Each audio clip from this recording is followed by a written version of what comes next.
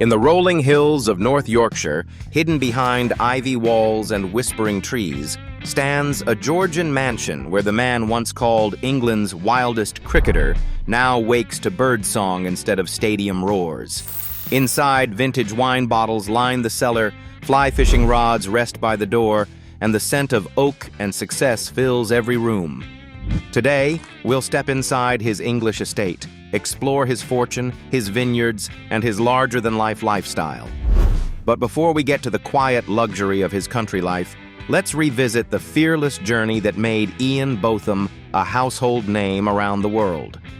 Ian Terence Botham was born on November 24, 1955, in Heswall, Cheshire, to Herbert Leslie Botham, a Royal Navy serviceman, and Violet Marie Botham, a nurse. His upbringing was humble but grounded in discipline and sport. When the family moved south to Somerset, young Ian discovered cricket, not as a refined pastime, but as a battle to be won. At Milford Junior School in Yeovil, Botham became the kind of kid every PE teacher remembers. Strong-willed, naturally athletic, and slightly uncontrollable. By 14, he was already playing for Somerset's under-15 team, smashing deliveries beyond the boundary with the swagger of a man twice his age. He was equally talented in football, earning a trial with Crystal Palace and later turning out for Yeovil Town, proving he could have easily gone pro in either sport. By 17, Botham made his first-class debut for Somerset against Lancashire, scoring 13 runs and taking 1 wicket. Within a year, he became a regular in the first team, notching his first century, 126, not out, against Hampshire, and a 5-wicket haul in the same season. England's cricket establishment took notice, and quietly, so did the tabloids. His Test debut came in 1976 against the mighty West Indies at Leeds. He took the wicket of Clive Lloyd, one of the most feared batsmen in the world, but scored just 1 run. Yet even in failure, there was something magnetic about him. The next match, he returned to take 5 for 74 at the Oval, his first 5-wicket haul for England. The message was clear. Ian Botham wasn't here to play quietly. The turning point came during the 1977 Ashes series in Australia. Facing a hostile crowd and even more hostile bowlers, Botham hammered his maiden Test century, 103 at Melbourne, and took 5 for 21 in the second innings. An all-round performance so dominant it forced Australia to rewrite its playbook. By the end of the year, he had become England's new star, brash, bold, and brilliant. Then came 1978 to 1980, the golden streak.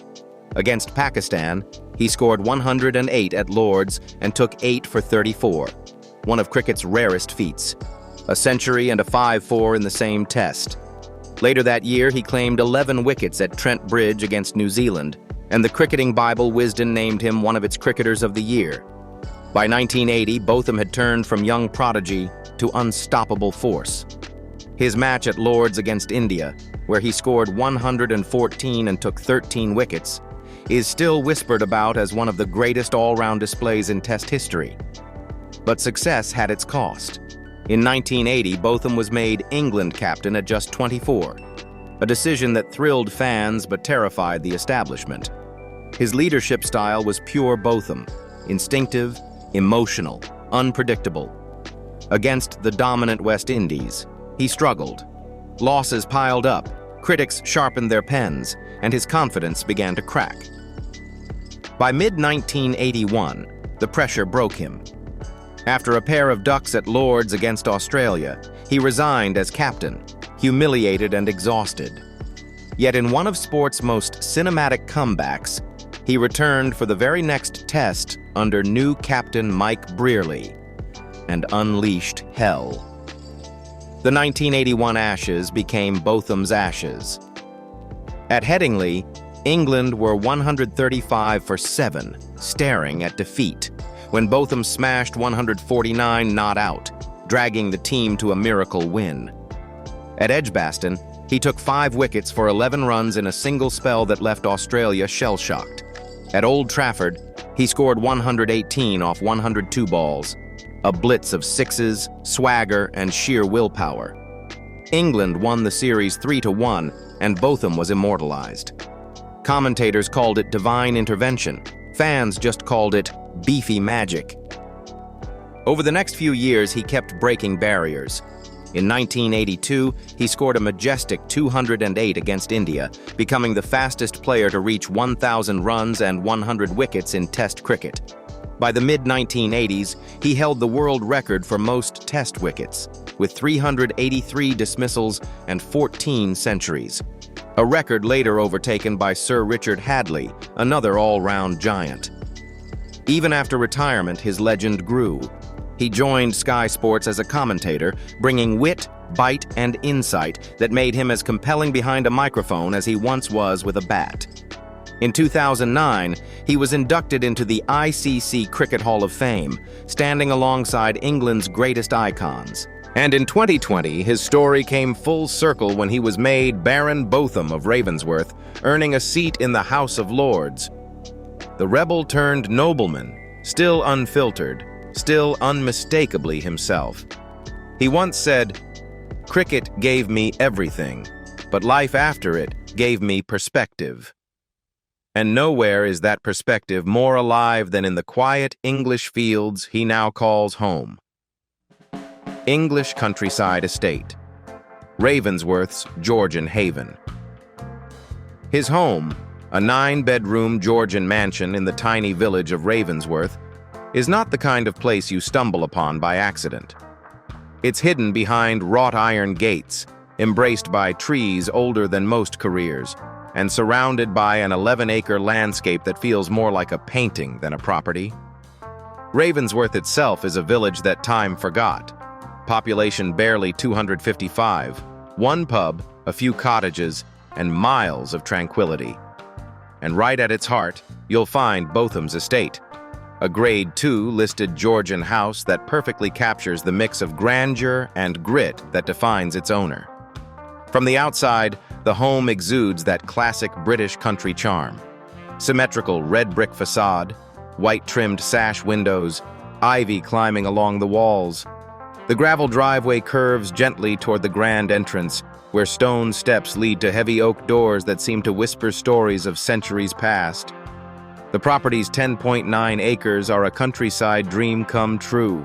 Manicured lawns blend seamlessly into mature woodland, with winding paths leading to 2 landscaped fishing lakes. It's here, rod in hand, that Botham finds peace. Inside, the home walks a fine line between heritage and comfort. The living room glows with warm light bouncing off wooden beams and leather armchairs that look older than the modern game itself. Family photos line the mantel, some from his cricketing days, others from quiet evenings with grandchildren and friends. The decor is refined but never pretentious, the kind of understated luxury you only find in old English houses that have aged gracefully. His study feels like a museum of moments. A framed bat from the 1981 Ashes, a photo with the Queen, and signed memorabilia from friends across sports and charity. Bookshelves sag under the weight of decades of history, cricket almanacs, wildlife guides, and a few well-worn fishing manuals. Here, Botham reads, writes, and occasionally argues with himself about politics, wine, or the England batting order. But the heart of the home beats downstairs, the cellar. Not just a storage room, but a sanctum of craftsmanship. Rows of wine bottles line the cool brick walls, each one part of his global business venture. Step outside through French doors, and you're greeted by a sweeping garden terrace overlooking the lakes. In summer, Botham and his wife host small gatherings. Charity dinners, family barbecues, the occasional cricket reunion. The view is postcard perfect, ducks drifting lazily across the water, the Yorkshire dales faint in the distance, and the steady hum of nature replacing the chaos of fame. And when the sun sets over the lakes, casting golden light across the fields, it's easy to see why Botham traded crowds for countryside. This isn't retirement, it's a well-earned encore. And speaking of drives, it's time to take a closer look at the machines that take this country gentleman from manor gates to moorland roads. Car collection. There's no garage full of supercars or flashy Italian noise machines. Instead, his vehicles echo his personality. Powerful, practical, and quietly confident. Botham's modern indulgence is the Maserati Levante, a luxury SUV that roars like a sports car but glides through Yorkshire's winding country lanes with surprising grace. Under the hood lies a 3.8-liter twin-turbo V8, pushing out 580 horsepower, capable of hitting 0 to 60 miles per hour in 4 seconds flat. Not bad for something with space for fishing rods and wine crates in the back. Its current market value sits around $125,000, but its worth to Botham is comfort, the kind that lets a night roll into a village pub unnoticed, yet never unremarked upon. When Sir Ian wants a little more theater, he reaches for his Bentley Continental GT. For when tea needs to be taken at 150 miles per hour, as he jokes. This grand tourer embodies everything Botham loves: craftsmanship, history, and a dash of rebellion. Its 6.0-liter W12 engine delivers a monumental 650 horsepower, wrapped in a hand-stitched leather cabin that smells like British luxury distilled. With a top speed north of 200 miles per hour, it's the sort of machine that turns motorway drives into a royal procession. Current value? Around $240,000. Though Botham's is likely a custom model, the kind of vehicle that looks perfectly at home both outside Lord's cricket ground and on a country estate drive. Then there's his daily companion, the Range Rover Velar, a car that might as well have been invented for English nobility. Stylish, yet sturdy, the Velar carries Botham through Yorkshire's unpredictable weather with quiet dominance. Its 3.0-liter inline-six engine offers 395 horsepower, enough muscle to conquer mud paths one day and glide into a charity gala the next. Valued around $80,000, it's the practical heart of his collection. Built for hauling family, golf clubs, or the occasional Labrador across his sprawling estate. Because in the end, he doesn't drive to impress, he drives to enjoy. And much like his cricketing days, he prefers power that speaks softly, but leaves an impact. And speaking of impact, it's not just the cars or the estate that define Sir Ian Botham's fortune. Next, let's dive into the numbers behind the legend. His income built from cricket, commentary, and a little bit of fine wine. Income and net worth.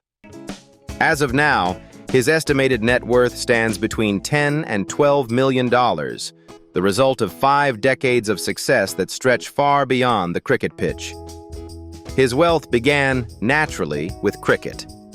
Between 1974 and 1993, Botham earned a steady income from match fees, prize money, and sponsorships during an era when players were paid modestly by today's standards.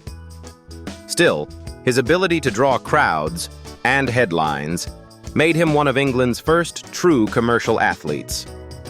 Over his playing career, he amassed an estimated $3 to $5 million, an impressive figure for a cricketer of his generation. But Botham's real financial stride began after he put down the bat. Transitioning seamlessly into media, he became one of Sky Sports' most recognized commentators, bringing his blunt honesty and sharp wit to millions of living rooms. His media work, which includes commentary, guest appearances, and occasional documentaries, has earned him an additional $2 to $4 million and continues to provide a steady income stream even today. Yet the most fascinating chapter in Botham's financial playbook is entrepreneurial. He is the founder and face of Botham Wines, a boutique wine label that blends English class with Antipodean excellence. Partnering with vineyards in Australia and New Zealand, he's created a line that's both accessible and award-winning. The brand, launched quietly, became a surprise hit among British and Australian consumers, thanks to its charm and his cricketing credibility. Reviewers call it Napa Valley meets Yorkshire wit, smooth, robust, and unapologetically bold. Profits from the venture have added roughly $1 to $2 million, while cementing his post-sport identity as both connoisseur and businessman. Botham's success isn't measured only in millions. It's measured in how many lives he's touched and how much good he's done with what he's earned. Because behind the grand estates and the fine wines lies a man who never stopped giving back. Philanthropy. Since the 1980s, Botham has walked thousands of miles and raised over £12 million for leukemia research, turning his fame into a force for good and proving that some of his greatest victories didn't happen on the pitch. It all began in 1977, long before the word charity walk became a media headline. During a hospital visit, Botham met a young boy battling leukemia. The encounter left a mark deeper than any cricket scar.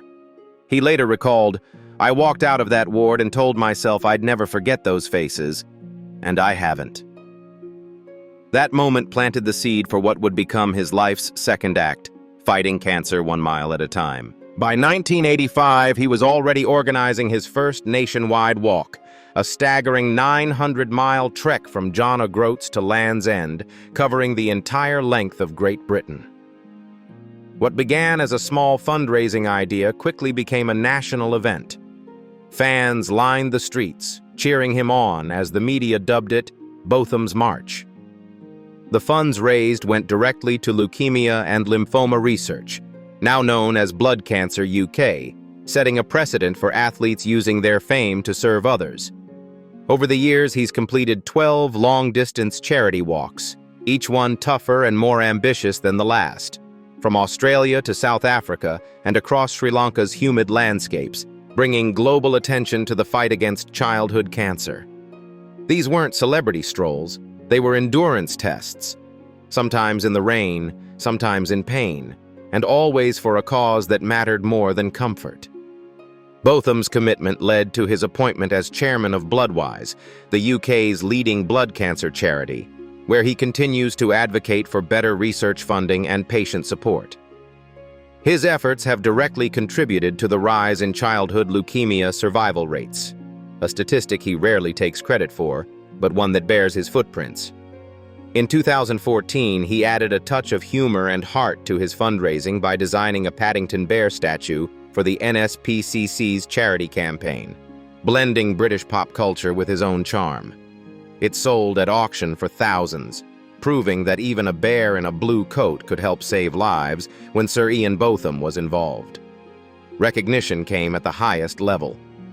In 2007, Queen Elizabeth II knighted him for services to charity and cricket, a title that felt less like a reward and more like a reflection of his life's mission. True to form, Botham used the attention to raise even more awareness for his causes. "Being knighted was an honor," he said, "but helping those kids, that's what keeps me walking." Today, he remains one of Britain's most beloved philanthropists, and not because of grandeur or self-promotion. It's the sincerity that people respond to.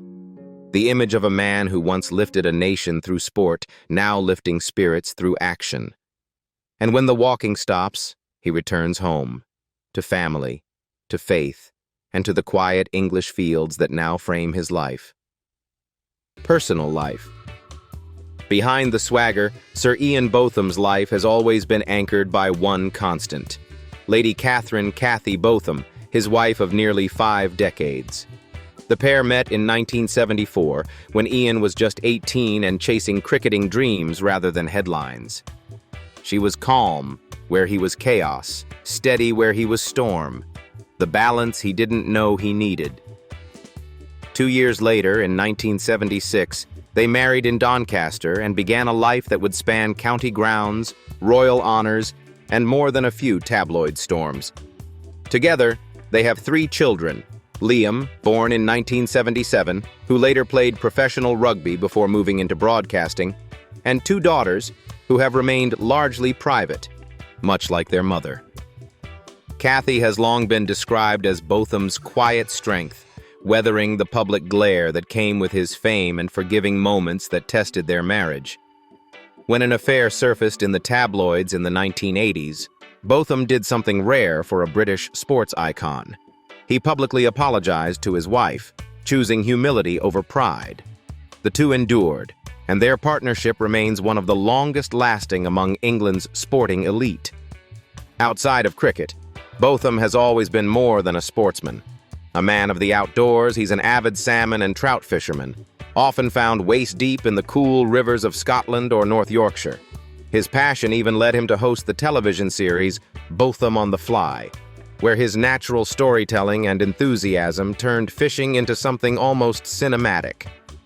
When not fishing, he's likely swinging a golf club or spending weekends on his grouse moor, a private shooting pasture he owns and manages. This side of his life hasn't come without controversy, particularly his feud with the Royal Society for the Protection of Birds, RSPB. In 2016, Botham publicly clashed with naturalist Chris Packham, accusing him of unfairly targeting the grouse industry. It was classic Botham, outspoken, unapologetic, and unwilling to bow to public opinion.